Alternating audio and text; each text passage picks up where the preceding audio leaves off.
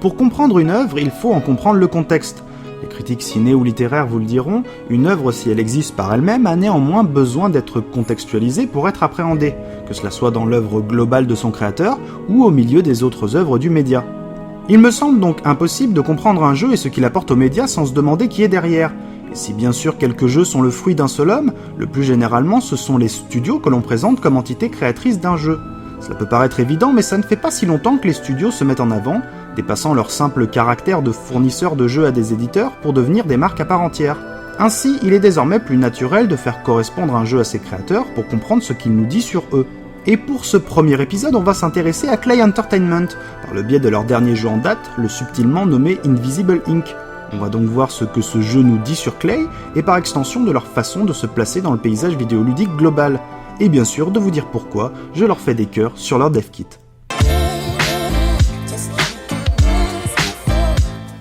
Klei Entertainment est un studio canadien indépendant, comme on en connaît beaucoup aujourd'hui, attiré au pays des caribous par la poutine et les avantages fiscaux. Le studio a été fondé par Jamie Chang, développeur à ses heures, et il est accompagné depuis le début par Jeffrey Agala, un illustrateur qui occupe aujourd'hui la place de directeur créatif au sein de la boîte. Une petite boîte qui compte aujourd'hui une grosse trentaine de personnes et qui fait des jeux.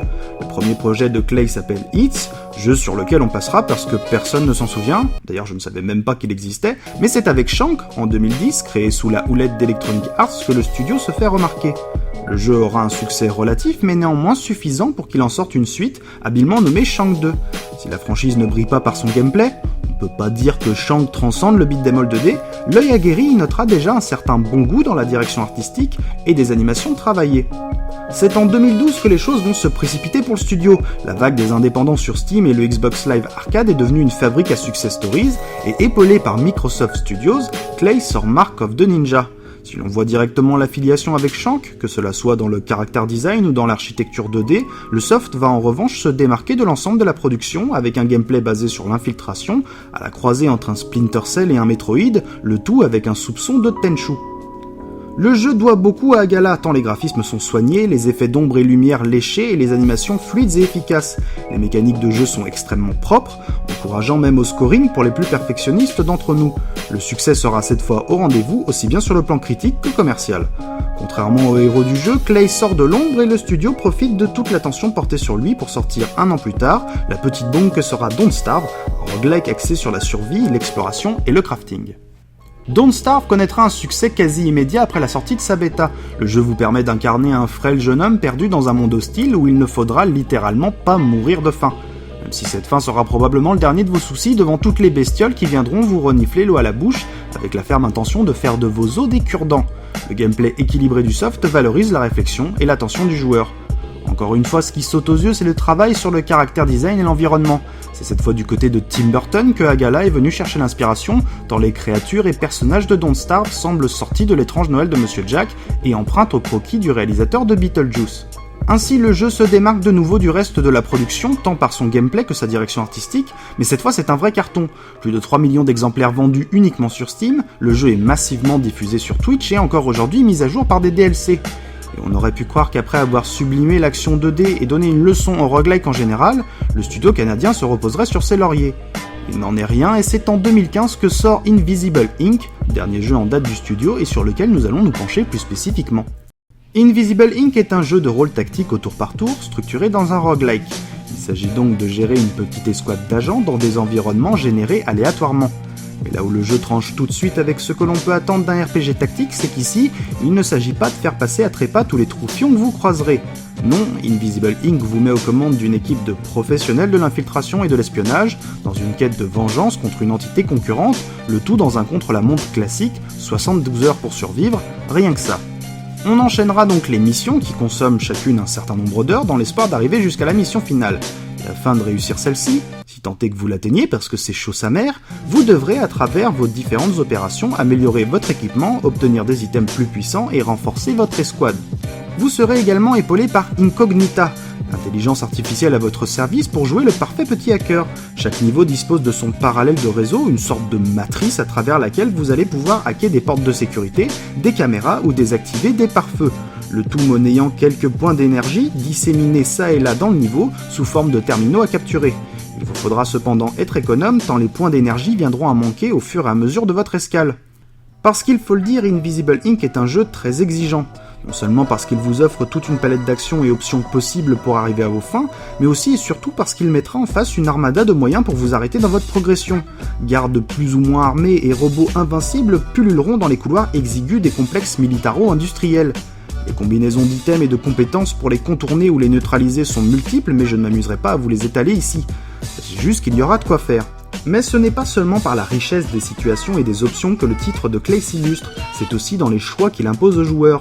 L'utilisation de chaque objet ou compétence devra être réfléchie car tout ont un cooldown, entendez par là qu'il faudra attendre plusieurs tours avant de les réutiliser. Et le génie de Clay, c'est d'avoir couplé ça avec le système d'alarme, qui fait à mon sens tout le sel du jeu. À chaque fin de tour, l'alarme montera d'un cran. Au bout de 5 crans, elle montera d'un niveau venant renforcer les défenses ennemies, soit par l'ajout de gardes patrouillant dans le building, soit par l'activation de nouvelles caméras ou de pare-feux plus solides. Chaque action compte, non seulement parce que plus les tours avancent, plus vous allez avoir chaud aux miches, mais aussi parce que plus vous avancez dans les niveaux, plus vos ressources seront tendues. Ah oui, parce que j'ai oublié de vous dire, dans Invisible Inc., il ne s'agit pas seulement de s'infiltrer, il faut aussi s'exfiltrer au moyen d'un ascenseur planqué dans le niveau. On se retrouve donc avec un double enjeu constant, mener à bien l'objectif de la mission et trouver ce satané ascenseur pour se tirer vite fait bien fait une fois le larcin perpétré.